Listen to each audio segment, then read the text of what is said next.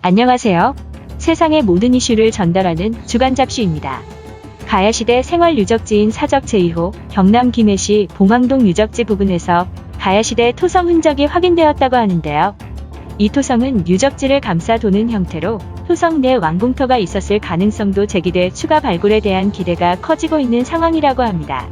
김해교육지원청은 지난 2월부터 최근까지 봉황동 옛 봉황초등학교 부지 발굴 조사를 가경고고학연구소에 맡겨 실시한 결과 이 같은 사실이 확인됐다고 27일 밝혔습니다. 나대지인 전체 부지 곳곳에서 가야시대 토성과 고려시대의 유구가 발굴됐다고 하는데요. 가경연구소 측이 시골조사 구덩이에서 발굴을 벌인 결과 너비 30m가량의 성벽 추정 유구가 발견되었다고 합니다. 삼국시대 토성 흔적의 경우 토성상 하층부가 수평 다짐 등으로 축조된 사실이 밝혀졌으며 점질토와 폐각층으로 납해 단단하게 고정한 형태라고 합니다.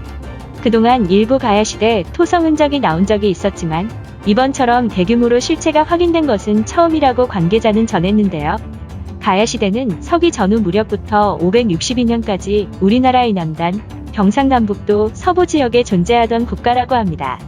기원을 전후한 시기에 경상남도 해안지대에 철기 문화가 보급되면서 사회통합이 진전되어 소국들이 나타나기 시작하고 이러한 발전 추세가 지속됨에 따라 소국 간의 통합이 한 단계 더 진행되어 2에서 3세기의 변환지역은 김해의 가야국을 중심으로 변환소국연맹 즉 정기가야연맹을 이루게 되었으며 그 세력 범위는 낙동강 유역 일대에 퍼졌다고 합니다.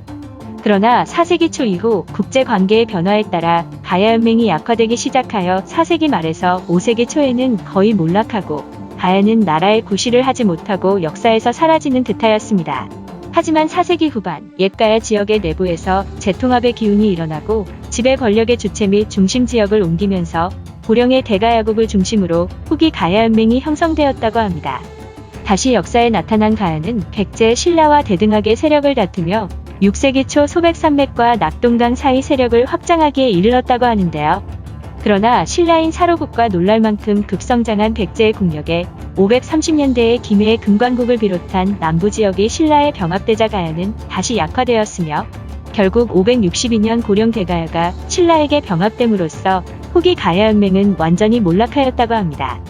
이처럼 가야국의 발굴부지 상단부에 위치한 봉황동 유적지와의 연관성이 새삼 주목받고 있다고 하는데요. 봉황동 유적지는 가야인들의 일상생활의 터전이었으며 지난 2003년과 2014년 유적지 주변 주택지 부지를 발굴하는 과정에서 토성의 외벽 흔적 등이 발견된 적이 있습니다. 그때 당시에는 소규모의 발굴이었지만 이번에는 제대로 된 토성 흔적을 발굴한 것인데요.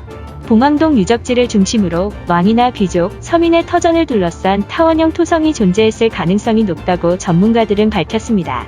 현재 문화재청 산하 가야문화재연구소는 최근 봉황동 유적지 주변에서 왕궁터 발굴 작업을 벌이고 있다고 하는데요. 김해시 가야사보건관은 봉황동 유적지가 토성으로 둘러싸였다는 학계의 추론이 있었는데 이번에 실체에 어느 정도 접근하는 발굴이 이루어진 것이라며 앞으로 가야시대와 관련한 왕궁터 발굴과 연구가 더욱 활발해질 전망이라고 설명했습니다. 한편 경상남도는 가야 역사의 중심지인 경남에 가야의 역사를 배우고 즐길 수 있는 복합문화공간인 국립역사문화센터를 유치한다고 전했는데요. 국립가야문화재연구소는 4월 설계 공모를 시작으로 6월에 실시 설계를 마무리하고 하반기에는 공사를 착수하여 2023년 개관을 목표로 한다고 밝혔습니다. 내용이 도움이 되셨다면 좋아요와 구독 부탁드립니다.